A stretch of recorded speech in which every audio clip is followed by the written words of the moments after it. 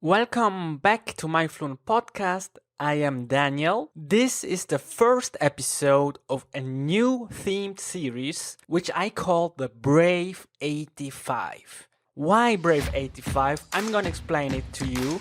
Recently, Luke from Luke's English podcast launched a sort of a competition, and the listeners of Luke's English podcast, by the way, they are called Labsters, basically got the chance to send in an audio recording in which they were meant to convince the audience to vote for them. The competition is called WISBOLEP, which stands for Why Should I Be on Luke's English Podcast? So they should tell their story or basically anything they wanted, but of course it had to be as interesting as possible, and it was a way to come out of their comfort zone and just use their English language. Alright, the winner could be part of Luke's English podcast and get interviewed by him. And then, in fact, it was finally the host, Luke himself, who decided which participant passed the first round. There were 101 participants who have sent in their audio messages, and 85 of them didn't make it to the next round. Hence the name of this series, The Brave 85. So Luke published all the recordings of the Brave 85. He gave a feedback to every single one of them. You will find the link in my show notes. And yes, it would be a shame not to try to reach out to these 85 and give them the chance to tell their story. And for Luke, it was just too difficult to make an interview with 85. Well, we can all understand that. And when I was listening to the Brave 85, there was a call for help from Luke in between. Someone start a podcast and interview all of these people, okay? There's a whole list of people just there, guests with interesting things to say. Or maybe someone who's already got a podcast. Interview these people, please. So that is actually the background of this new series. Now let's get started with Alvaro. And I'm gonna show you which stories he wants to tackle on. And I have to say, it's actually great how Luke is offering us this unique opportunity to tell our stories. Well, basically, I would like to share with you all 3 inspiring personal stories. Okay, so my first story is about how I overcame my stuttering thanks to the English I picked up in Northern Ireland and Scotland back in the 80s and 90s. Would you like to know the secrets? Good. Now my second story is about my professional retraining, and well, it's basically how I started my career as an architect and how I managed to become an English teacher. And finally, my last story is about how I raised my 2 children to be bilingual-ish. So, in a minute, the interview will begin. Sorry for the long introduction, but I just wanted to make sure that you understand the background of this themed series. So, Alvaro has a lovely Instagram account in which he teaches English through short, so-called 1-minute pills. And especially if you are a Spanish speaker, you will like it. I love it. It's really great. So the name is McCurtain. I will put the link on my show notes. He has also a YouTube channel, and which is much bigger. And the channel will also help you to learn English. The channel is called McCurtain's Pills. But now, without any further ado, let's get started. First of all, I would like to tell you how pleased to be part of your project, okay? You can imagine how glad I was when Luke just sent me a message, just telling me about your story, about your project and all that. And that's really good. I don't know, I like to collaborate with people, we're all parts of the same English story, and perfect. I'm all yours, and I'll be your slave for 1 hour. Okay, yeah, okay. That is really great. I am really thrilled, and I also want to thank you for having the guts to reach out to Luke by sending your audio snippet. And you're no longer considered to be a ninja labster, I guess.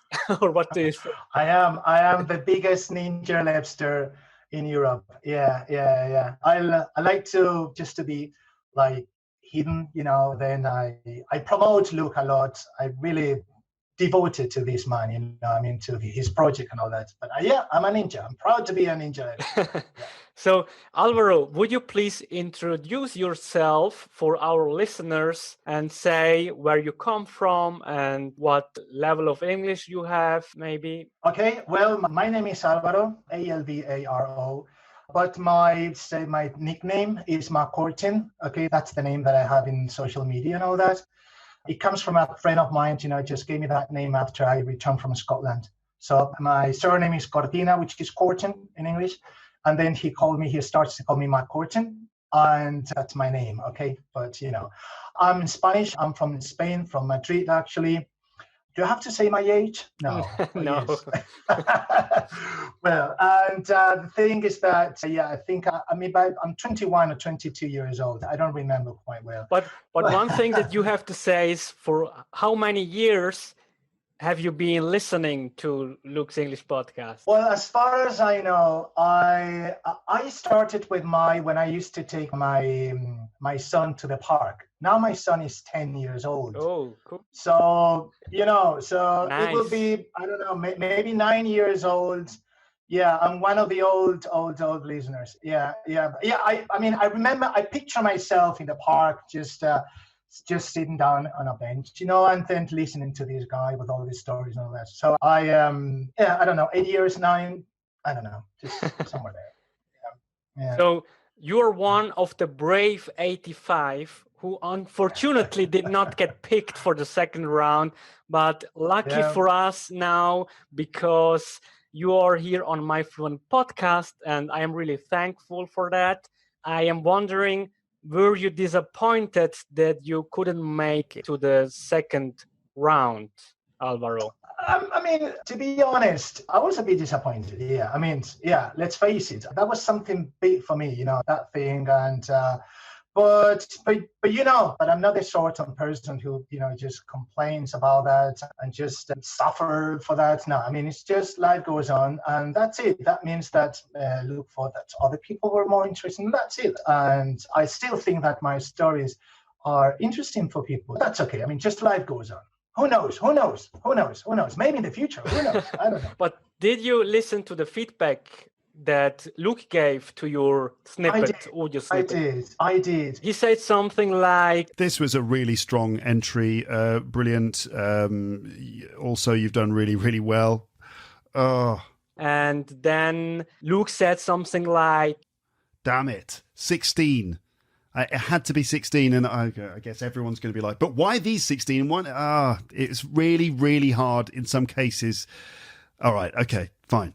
And he rambled on, and but he thought this was really a great entry, so you can be proud of, I think. Yeah, that's you're right, Daniel. He said that, and it's funny just to get these few words, these few lines from him, how happy can a person just be with that, and that was good. It was really good that he had a few words, not for me, but for the rest of the people, and that was all, then just life continues, and you never know. You never know. Actually, you're a young, with you, so for some reason you found it interesting, he found it interesting. I don't know. Have you listened to the Brave 85, to the video he uploaded? Well, I have to say that I started to listen, but not really. The answer is no. Why? Because I'm just with other episodes of his podcast. I had some pending good episodes on my back, so I said, of course I will listen to them, but now he produced a lot of content. Then I am also, of course, a premium subscriber, and there is lots of stuff, lots of painting stuff there, and not yet. Okay, I will, of course I will.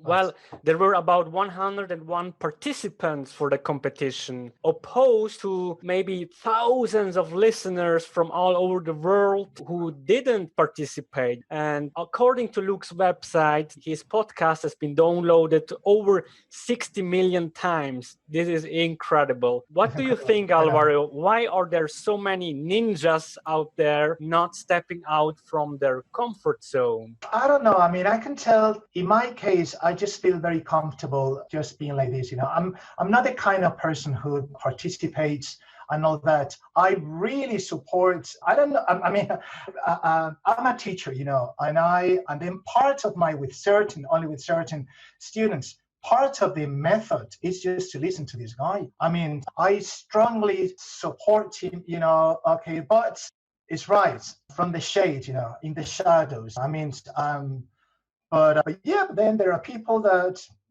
they have free time to do that, or they like to do that. Good.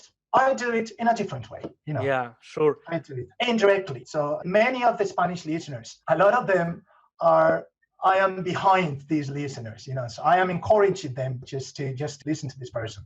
So do you promote Luke's podcast a lot students? A lot to certain students. Yeah. To certain students. I mean, you need to have a certain level of English. If not, you will probably get lost in all that. But for the people that really want to give a big boost, a big push to their English, that's for sure. I mean, it's just I say it again. It's just part of my method. I mean, it's just the listening part. The listening part. You can listen to me. You can listen to my English.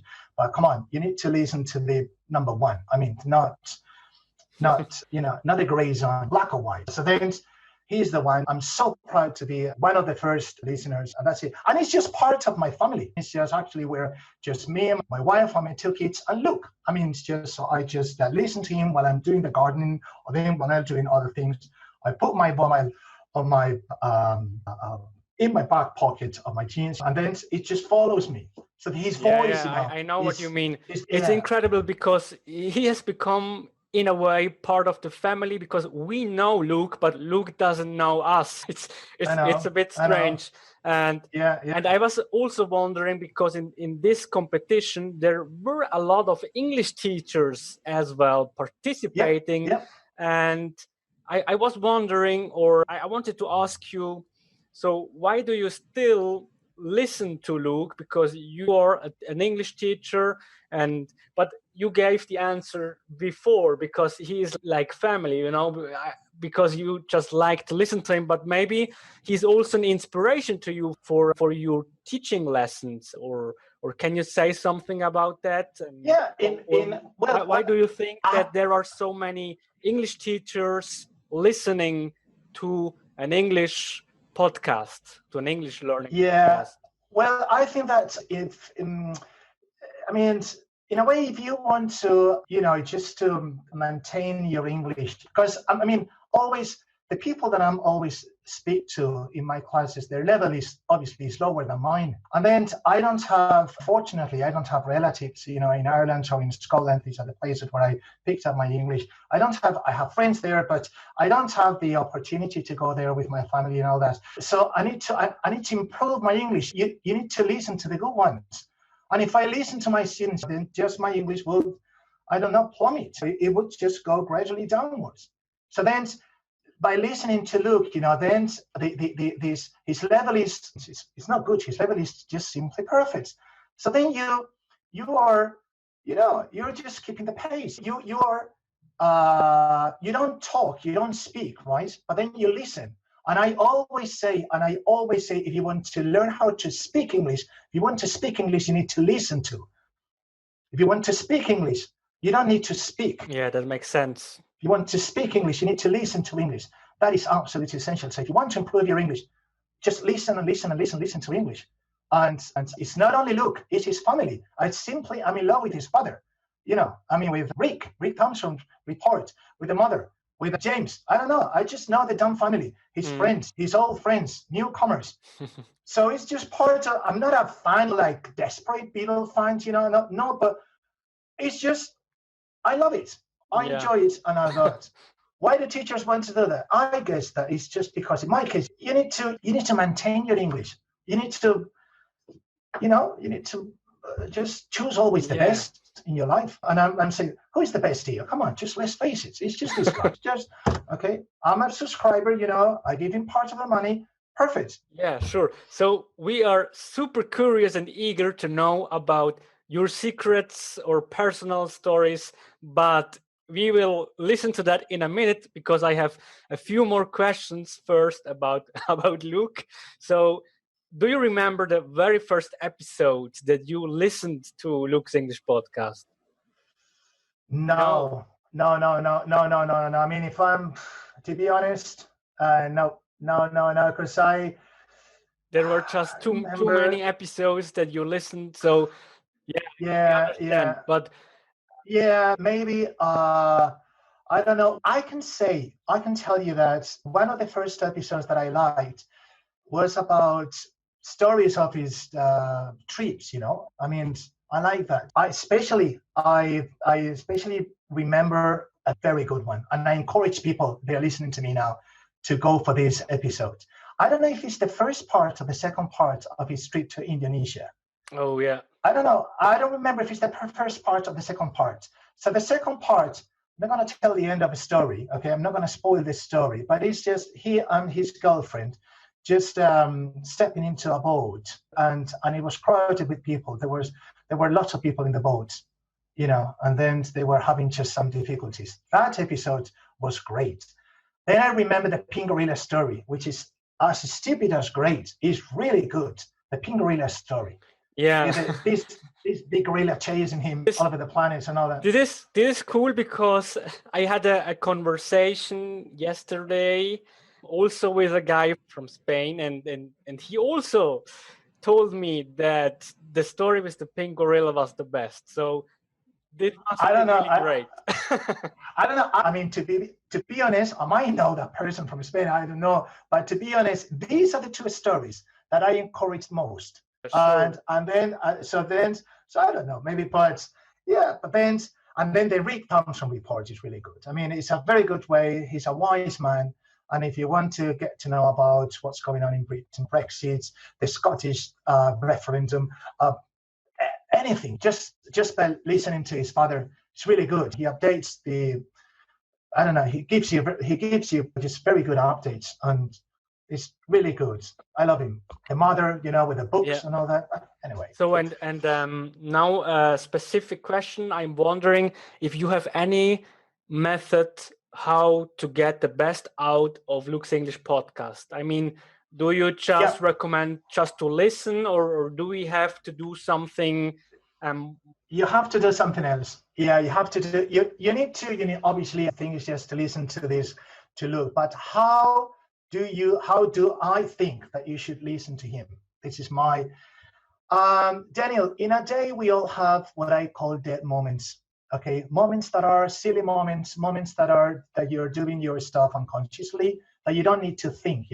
My dead moments during the day is just when I'm doing some workout during the morning. I'm doing some planks early in the morning, or if I'm making the bed, or if I'm shaving, or if I'm having breakfast alone. Moments that you don't need to think. And these moments I call them dead moments. Dead, just there is nothing interesting around. Listen to Luke. Listen to Luke, or listen to whatever you want, But these moments are while you are doing other activities, other chores, housework, whatever. Listen to him while you're doing other things.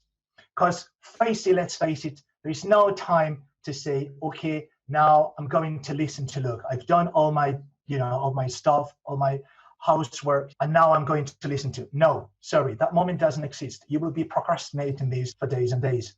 So the moment is while you are doing other things. Are you having lunch alone? Okay, play Luke. Don't listen to the radio. It's always the same stuff. Politicians, it's all boring. Don't listen to music. I listen to music when I do northern walking. I listen to rock music and all that. But it's just if I'm doing Nordic walking. But if I'm at home just doing all these things, that's the perfect moment. And that's the moment when you take advantage of these moments. Otherwise, they would be, just doing nothing. That's where it's this combination. Okay. Dead moments, silly moments, and Great. Luke, in my case. Okay, so and now let's head over to the actual topics that you wanted to share with the Labsters. And now you are going to share it here on my Fluent podcast, because you have really great and interesting topics. And the first one was how you overcame stuttering. I wanted to say that in my case, I also stutter from time to time, also in my mother tongue. And it has different reasons, but I can't put exactly the finger on it why. But I guess when I am very nervous or so, or when I'm not feeling comfortable, then I begin to stutter. There are, I guess, different stages or levels of stuttering. Maybe you could also explain about that, because I don't know very much about stuttering, to be honest. Okay. Well, I think this is an interesting issue. Not because I know a little bit about that. No, it's just because some people are suffering from this, and this is the kind of thing that people don't. I don't know. They don't feel comfortable just sharing these. These kind of, I don't know if you call it disorder, or you don't feel comfortable. It's not nice. So just people remain quiet and all that. And I like just to flag it up and then say, let's talk about this, whoever wants to listen to this. So in my case, obviously, when you get nervous, well, first of all, there are several levels of stuttering, okay? There are several levels, okay? Mine was a mild level, okay? But enough to be uncomfortable and enough not to be able to speak in public and all that, okay? I would panic if I had to speak in public. If I had, not now, but if I had, I would definitely panic. The thing is that the whole thing started just when I was 13 years old. When I was 13 years old, my parents decided to send me to Northern Ireland, okay? And so I went there, 13 years old. My English was null. It was just horrible, terrible, a disaster. And, just stuttering here. I didn't feel comfortable at school. You don't find your place in a way. So then I went to Northern Ireland. And then I found out that I could start from scratch, that I didn't have a past, that just people, I was just myself, just people. And then, and this is all speech therapists know about this, if you sing, you cannot stutter. You cannot if you sing. Oh yeah, I have heard about that. Yeah. If you sing, yeah, try it, listeners, dear listeners. If some of you are stutterers and all that, try to sing, and you will never stutter, as far as I know. Okay, as far as I know. So the thing is that in Northern Ireland, I don't know if you've ever been there or if you know the accent. The accent there is very melodic. It's very, let's say, I'm gonna do some, now it's all rusty and all that. But hello, what are you going today? Well, now my accent is a mix of Scottish and Irish. So, but now it's, hey, are you planning to go there? Mm-hmm. Yeah, I would like to go there with you. I love that. I love that pretty much. How they speak. Yeah. Yeah. So I like to imitate things. And then that's the accent that you can't. Remember that my English was absolutely null. It was really bad. Then that's the first accent. And then I felt myself like singing.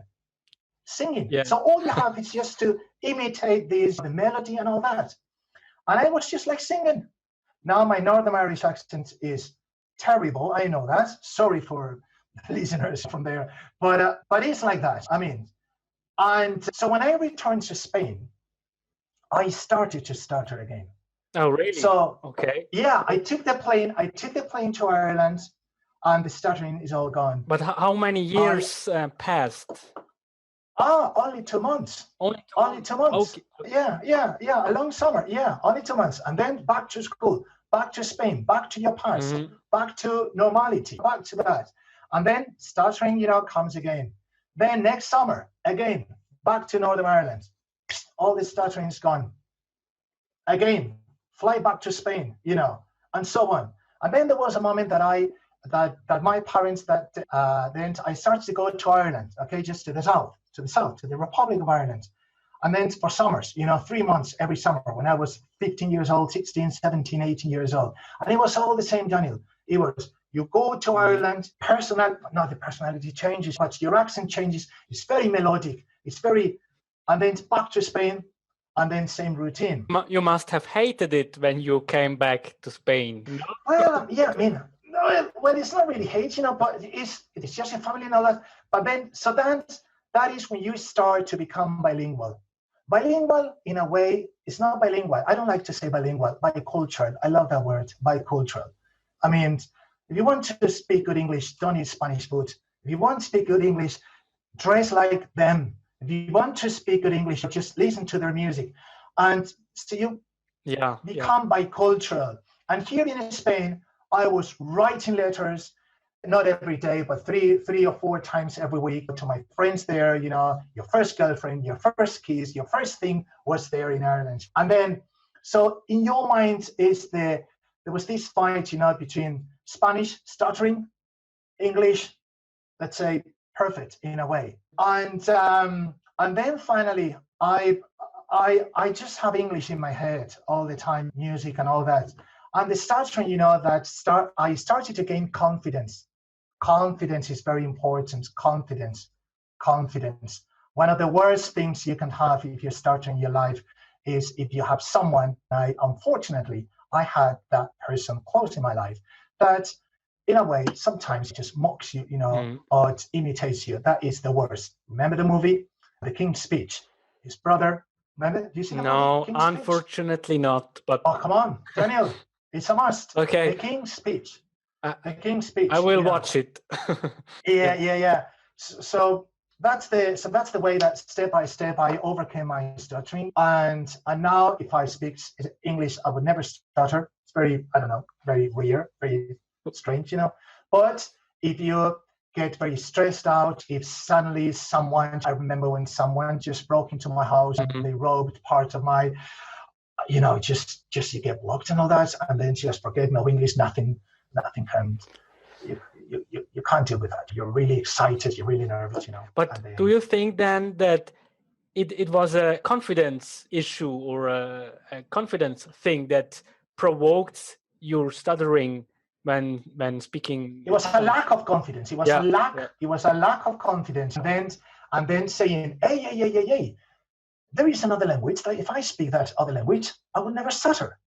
So I've always had this other window, this other room in my house. I mean, this other place where I could say, wow, this is cool.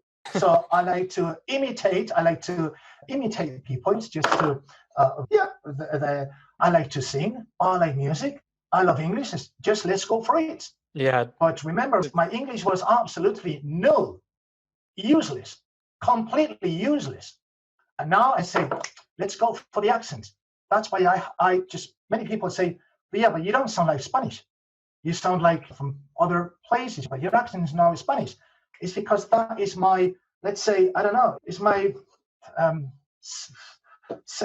life jacket in a way. Yeah, like an alter ego, like another personality. Yeah, that's why now you can read Alma Curtin. So I have like two names, So I have, then, and that in my case, that's how I overcame this. This is so fantastic. I can't believe it that I am so lucky to listen to you and Luke missed this opportunity. Who knows? Maybe if he listens to this, he'll say, okay, I will think it twice. And I would love, not for me. I mean, I think that there are people that would like to that starters, that I feel alone. I feel like nobody understands, what's going on in my head and all that. And say, yeah, I understand you. We can share this stuff and all that. Yeah. So, and then you were always going to Northern Ireland and then back to Spain. For how many years did that go? When I was 13, and it's just, I think, as far as I know, I went 2 years to Northern Ireland, and then when I was 15 years old, 16, 17, and 18 years old in Ireland, in the south, in Ireland. And then to come to Westmeath. It's just right in the middle of the country. And then I went to, and this is part of another story, and then I went to Scotland, and then I went to Glasgow just to study architecture. I had a grant, an Erasmus grant there, and then I went to Glasgow to do a year of architecture, and that is where you improve your English and you speak like it's not a street English, it's a more university, more formal. Yeah, okay, I see. So that's about it. So that is a good point you're making by saying architect, because this is actually the second story you want to tell. So I don't know if we switch to the second story or if you want to add something to the first one. No. It's just if someone stutters around you, never point that out, never remark that, never highlight that, and then you need to understand the lack of confidence that is going, that is underlying that lack of confidence. Sorry, but it's that, and then languages, accents, music, I don't know, but confidence is the base. Sometimes it's very, very, very hidden. Sometimes it's not in the first layer. You say, no, but I'm very, very confident. Who knows what's happening in the basement, or not in the facade. Okay, apparently you're both. So I don't know. Did you also work specifically on improving your confidence? I mean, intentionally in some sort, or was it just you were living abroad and it was like a new start, and that had to do, I remember when my parents again decided to take me to a different school, okay, and that was great. That was great, because I could start from scratch in Spain. In Spain. I could start. I didn't have a past, and then from that year on, I was different. It's just people just estimate or just considered me, and people valued me, as I was in the present, not in the past. Yeah. And then no. It's to change. I mean, you need to change. If you do the same things as you're doing when you're a starter, stay with the same people, stay in the same place. Everything is the same. Nothing. Things might not change. You need a change. You need a click. You need to do something different. Boom. Okay. And you are a full-time online English teacher, and you were, as you mentioned before, in the first place, architect, and you could become an English teacher. And we really want to know everything about that. So maybe you could start from the time when you went to university to study architecture. Yep. That is the degree that I always wanted to study. My father was an architect. He's still alive. He's retired, and I so just architecture was in my blood in a way. I did the degree. It took me 10 years. On average, believe it or not, 10 years is the normal time just to get this degree. And great years, great friends, great everything there. And then I was so fortunate to get an Erasmus grant to go to Glasgow. That is great. Again, the thing of changing, the thing of moving, the thing of going to a different place, which is something that I have to say that with all this Brexit shit and all that, the Erasmus grants are over. Yeah. I read it on the newspaper the other day. I said, oh my goodness, what are we doing with Europe? There's no more Erasmus grants to, Scotland, England, and all that. But anyway. Yeah, and it's also Erasmus. It's only one thing of 1,000 things that is over. It's like a chain reaction, this Brexit. But don't let us go too far into that rabbit hole. So the thing is that I became an architect, and that's perfect. Just doing buildings, and projects and all that. Perfect. But then in Spain, I don't know in your country, but in Spain in 2008, just the telephone stopped ringing. In the studio, it was collapsed. I remember it was February, March 2008. And then the situation was getting worse and worse and worse. Then I saw myself there is a moment when you touch the button, when you see yourself going from street lamp to street lamp with one of these flyers, with some sellotape, sticking it around the street lamp, just saying, okay, what can I do in my life? A boy is coming, my boy was coming, my wife was pregnant, and I had nothing. I went broke. Okay. So I had nothing. And then, okay, what am I good at? Am I good at, I don't know, just teaching whatever. And then there was a neighbor here. And then I decided to speak English to my son since the moment he was born. Okay. Yeah. That was one big thing. So our, let's say, mother tongue is English. Okay. And then people heard you with their speaking English and all that, blah, blah, blah, blah. And they say, hey, would you like to teach? But I'm not a teacher. But as an architect, I was very happy. It was really hard. You just think of, you're an architect, you've been working as an architect for 10 years or so, just building things, doing things, great things, making money. I don't know, and then nothing, absolutely nothing. So then you have to retrain. You have to say, okay, what else can I do? You need to do something. I'm not a teacher. Yeah. I have no method. I have no nothing. That is quite hard because you loved to be an architect, right? Yeah. And you're an architect. It's the only thing that in life, just building things, making projects and all that. My father was an architect. There was all life was spin around architecture. Yeah. Okay. I see. Yeah. You need to, and just shit happens. I mean, this recession was brutal in Spain. I insist. I don't know in the rest of Europe. In Spain, it was terrible. And then when you see yourself, Daniel, as I told you before, going from street lamp to street lamp, just with this, and then keeping an eye on them so that no children would play with them. These things that you write down your telephone number and all that. And then it's just to see if they are still, on the street lamps. Yeah. When you left them the night before and say, I have nothing. And then, pues, then So, but one thing brings the other, because as I am not mistaken, it was a coincidence, right? Because you were speaking to your son in English and other people could hear that and they suggested to you that you could become an English teacher, right? Yeah, they said, would you like to teach my son? And then I say my favorite answer, okay, I will consider it. It's not yes, it's not no, it's okay, I will consider it. And then I would just go up to my wife and say, they told me that.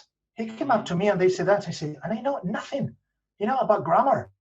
My English is, so you need to say, okay, let's start, let's do something.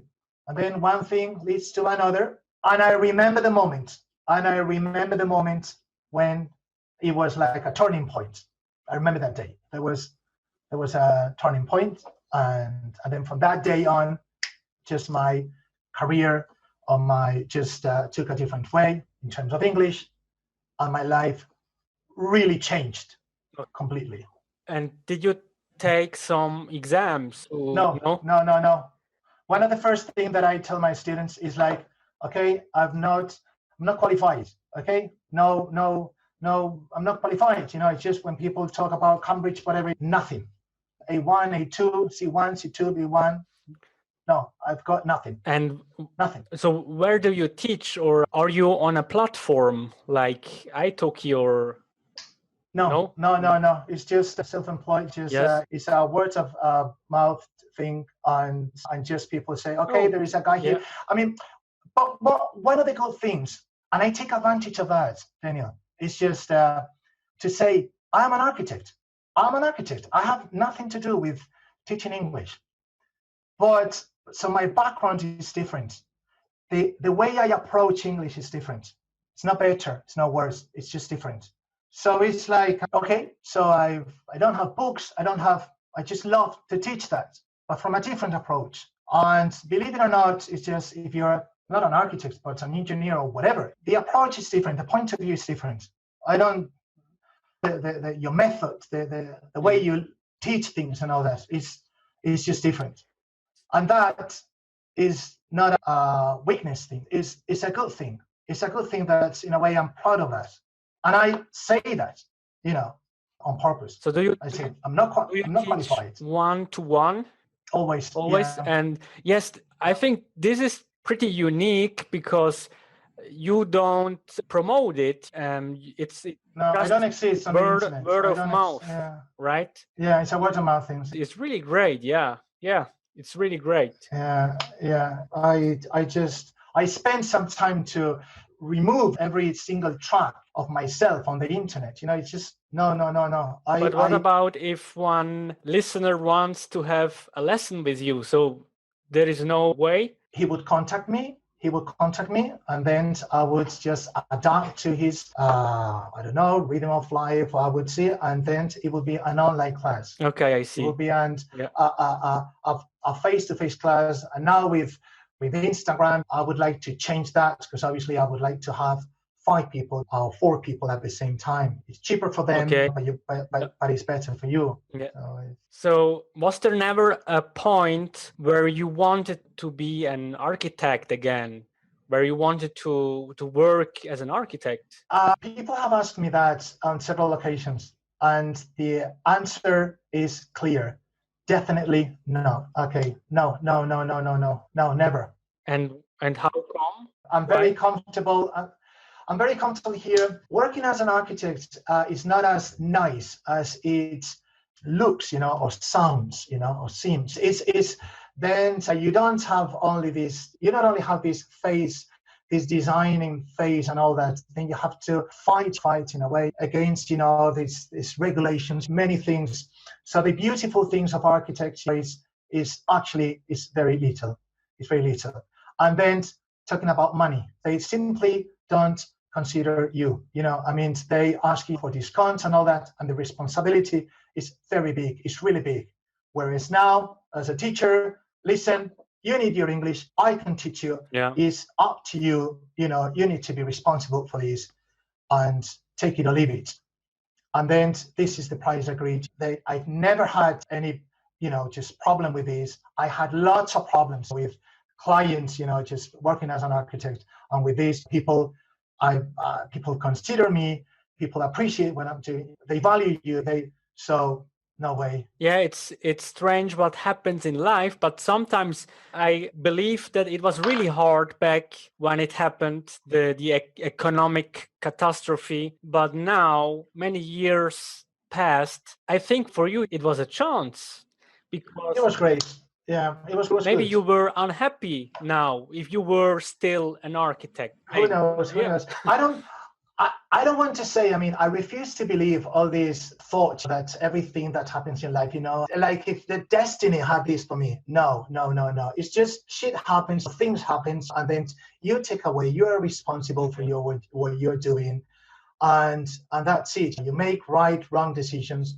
And here I am, just having this nice conversation with you. And here I am. So the third topic, you already mentioned it briefly, raising your children bilingually. It was a clear decision that from the first second on, you wanted to talk to your children in English. And yeah, only in English, or Spanish and English? Just English. No. This is one of the things, and I give good advice about this to people who are raising or who are planning just to have children. Yeah, this is not easy, okay? Because I've seen, I'm not gonna say terrible things, but I've seen things that are definitely not right. Daniel, if you make that decision, okay, if you say I go for it, is I go for it, okay? There's no regrets, because you could cause a serious damage in your child's brain if you mix languages. So the thing is that the key thing of all this is that always same source, same language. So if you go for English, you will always go for English, at least until he turns 5 years old. That is when the brain has divided, has the 2 grammars, in my case, English and Spanish. Till then, there's no way back. No way back. All right. So daddy speaks English. Mommy speaks Spanish. The tablet speaks English. In my case with my children, this is crucial. The tablet Tablet is a tool. Mobile phones are tools, okay? And with a tool, Daniel, you can do great things and you can do terrible things. A hammer is a tool. Yeah. With a hammer, I could destroy everything or I could fix everything. So it's a tool. So mobiles, the tablets and all that is always in English. It's as simple as that. The boy is not going to say this is English or this is Spanish. The boy is just going to say, boy or the girl, is just going to say, the tablet speaks this. Granny speaks this. Daddy speaks this. And the environment where I am living speaks this. So the thing is that go for it. And then when they turned 5 years old, around that, if there were people around, then I start with Spanish.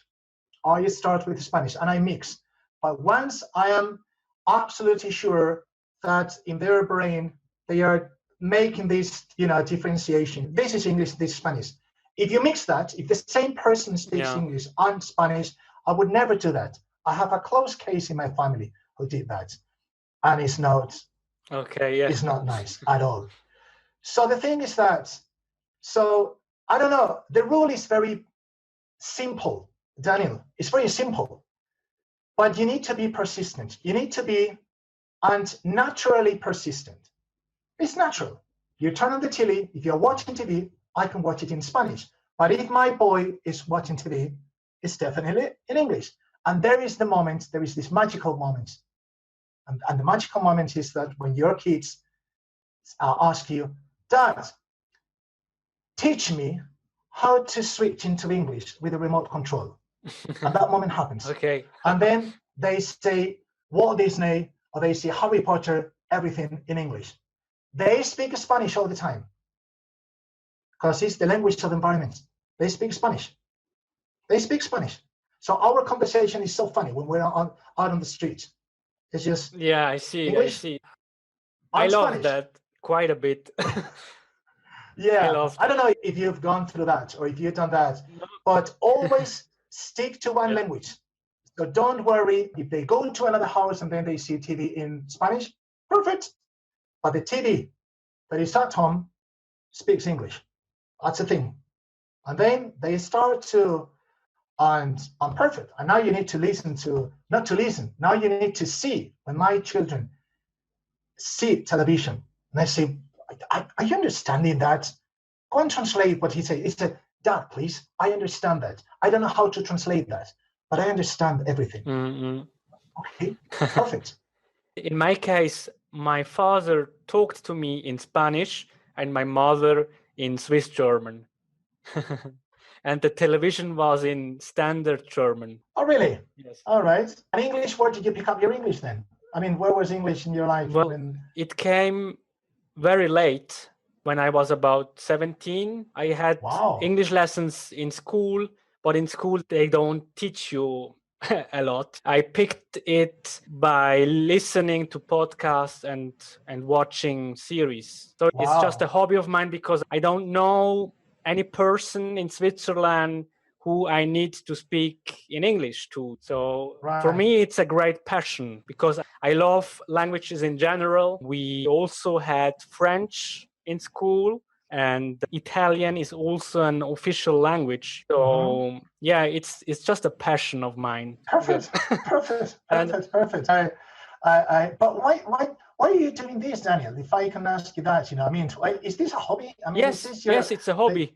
That you like that? I love to podcast, and I began with this project in 2016 because I didn't get the chance to speak in English. The very first episode, I had to jot down every single phrase because I was not able to speak freely.